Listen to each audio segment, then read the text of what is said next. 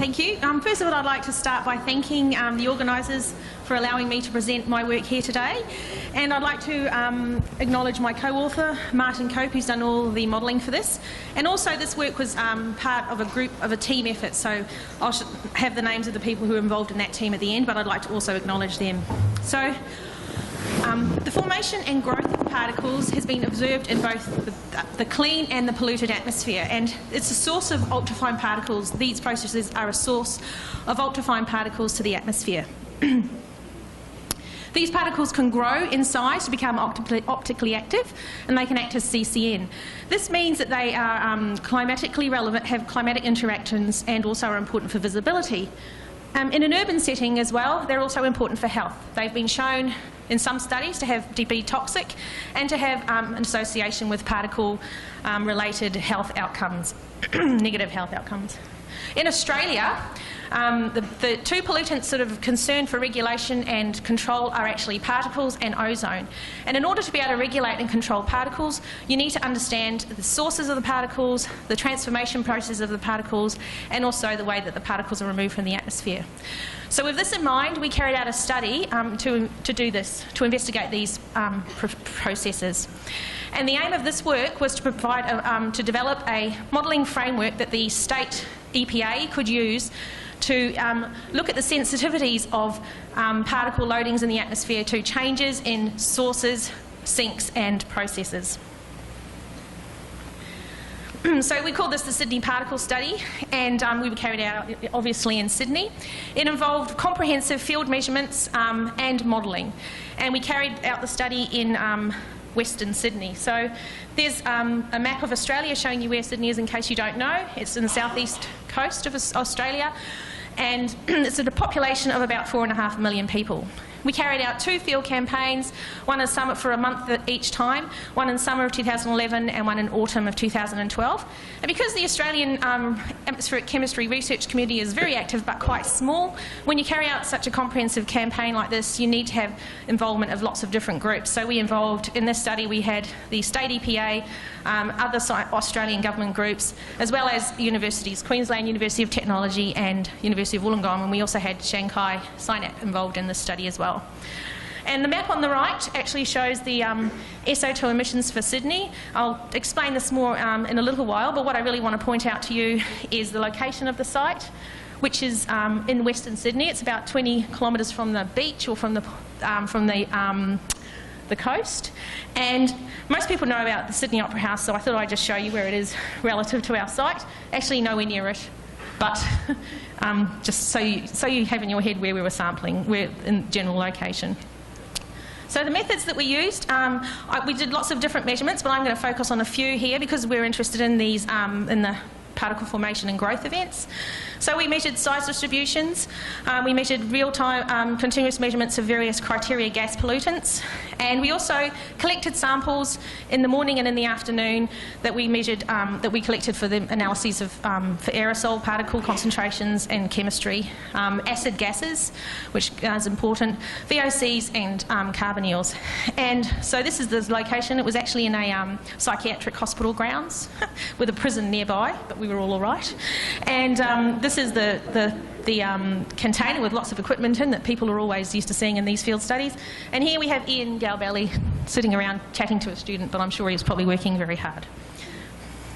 So I'm going to talk about the particle size distributions in particular, and we were able to classify or determine whether an event occurred using the criteria that Dalmasso in 2005, which everyone uses I think, described. And basically we described an event as occurring if a particle less than 25 nanometres appeared and then grew in size.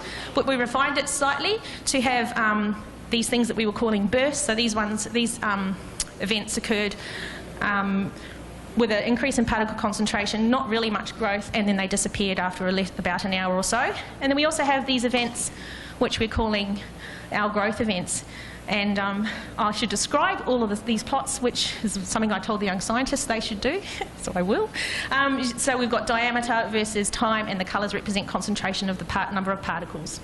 And we also saw these bursts of particles in the morning between 6 and 8 a.m. on lots of days, and this is due to vehicle emissions, but they're not part of our classification criteria here. So mostly our events started around 11 o'clock or 12 o'clock in the morning. So summarising the two campaigns, we basically saw these events occurring on 50% of the days that we were in these two campaigns. This is really consistent with other studies. For example, this is what they saw in Pittsburgh, in the Pittsburgh study. And the other important thing is that we saw bursts occurring more often in the summer and growth events occurring more often in the winter. And we think we can explain this quite simply by the differences in meteorology between the two periods. So I've just collapsed that to a very simple parameter here, which is the mean wind speed. And so we can see that in summer we had higher wind speeds than we did in autumn, and these differences were statistically different, significantly different. So basically what this means is that in the summertime period, the particles didn't really have enough time to grow before the wind blew the air mass around a bit, so it was more mixing. And the other thing to note is that we saw growth events occurring, 80% of the growth events we saw occurred with northerly winds. And in the summer, in the autumn time, we saw that 100% of the growth events were associated with northerly winds. And I need to remember that because it is important later on in the talk. So I'm going to focus on one of the periods, which is the autumn 2012, because there's not enough time to put both periods in. And so what I'm showing here are some of the species, or all of the species, where there was a significant difference in the concentrations of the species when there was an event and when there was not an event. And so you can see that our afternoon SO2 concentrations were higher when we did have an event, and these are all statistically significantly different. And also our methyl glyoxal in the afternoon was significantly greater when we had an event. And the other one that's really interesting is that our ammonium and our non-sea salt sulfate in our particle samples was also greater when we had events in the afternoons. So remember, we split our integrated samples up to morning and afternoon samples. So what's also, these are the things that were different, but there were also things that weren't different, obviously, and that in itself tells us something. So what I've got here are the variables in the gas phase that are from oxidation. So formaldehyde, methacrylene, methyl glyoxal, which we saw earlier, and methyl ethyl ketone. And mostly, except for the methyl glyoxal, we don't see any difference between just drop my thing off, between the events and the non-events. So I think what this is telling us is that we're actually seeing this gas phase oxidation occurring virtually all the time, but something is stopping the particles from always going to stopping the oxidation products from always moving to the particle phase. So the question is, what is helping it to happen? So I've got this very simple schematic, which you're probably all familiar with, about how a secondary organic aerosol forms. What I would like to draw your attention to, though, is the heterogeneous reactions to form oligomers, and this is something that Jason Surratt talked about. And so it has been shown in smog chamber experiments, and in particular, that when you have increased acidity in your seed aerosol, you'll see likely to see more of these reactions occurring. And so we think that this is known as the acid catalysis. And the power stations that I've drawn here are actually a source of SO2 to the atmosphere, and this is the SO2 when oxidised can provide this acidity. So in the great wonderful world of modelling, you can play God and do things like turn off power stations and see if this is really what's happening, or in theoretically what's happening. So that's what we've done here. We're using our system of models here. So we have a meteorological model, which is called CCAM, and basically it's a cubic conformic grid. That means that we can expand the grid over Australia to get more detail in the meteorology for Australia. And we feed the meteorology from this into our chemical transport model, which has all the things that a chemical transport model normally has, including the volatility basis set and iso repair for secondary aerosols. And then we put that into the GLOMAP model, where we're particularly interested in the aerosol microphysics from that model. And this is, we're doing this working with Leeds University. So the GLOMAP actually splits the aerosol into 6 different bins, or different types, and importantly, it has this nucleation in there. And we are running the chemical transport model down to a 1 kilometre by 1 kilometre grid scale. So when we do this, we can simulate our observations using this model. And so basically, the good thing about the model is that it's on this plot, I've added the mode diameter of the particle sizes. And so on this, so you can see that the model, this is just a few days of the time period. You can see that the model actually beautifully shows these nucleation events, because it can go right down to nucleation particles. Our observations really don't go down that far, but this simulates these, well, it simulates these very well, and it's easy to see them as well. There's no discrepancy, there's no ambiguity about when or not you're seeing one happening. So if we look at what I'm calling the hit rate, how well did the model capture the observations? We see that we saw 17 observations of these events, and the model 17. I should just qualify that by saying it doesn't necessarily mean the model saw all the same 17 events that we observed at the same time. So that's one small thing.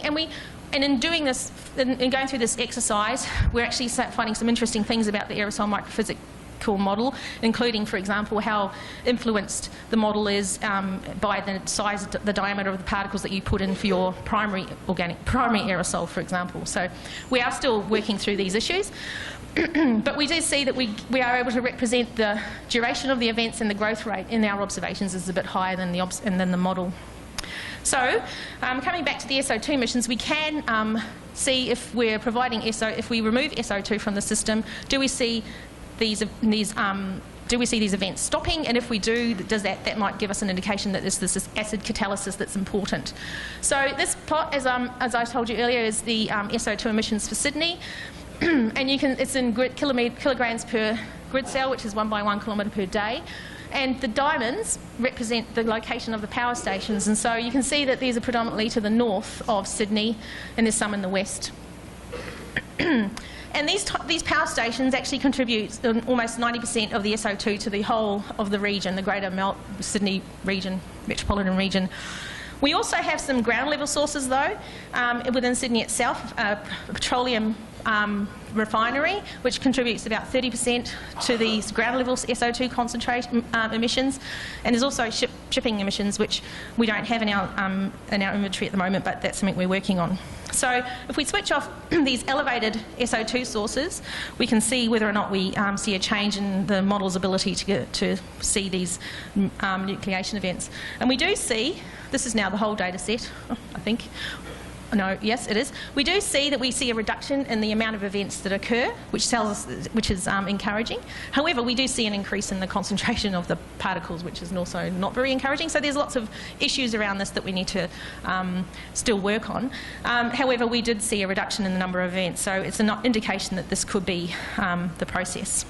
So I'd like to finish off with my 2 conclusions, which is another thing I suggested to the young scientists. You only have a few conclusions. And the first is that 50% of the days we did see we observed these events, these growth events or burst events. And then in autumn, it may be due to the presence of acid seed aerosol encouraging the gas phase oxidation to move to the particle phase. I didn't talk about what's going on in the summer because for the interests of keeping to time. However, we think that the sort of compounds that we saw that were different associated with the summertime period were all based around NOx. So we think that this might have a NOx limitation. So this, of course, this will be something that we can follow through with the model. And just acknowledging the team of people who are involved in these experiments. There's quite a large group of people, and our funding for it, and also the GLOMAP Leeds University for their help with that. Thanks. Thank you very much, Melita.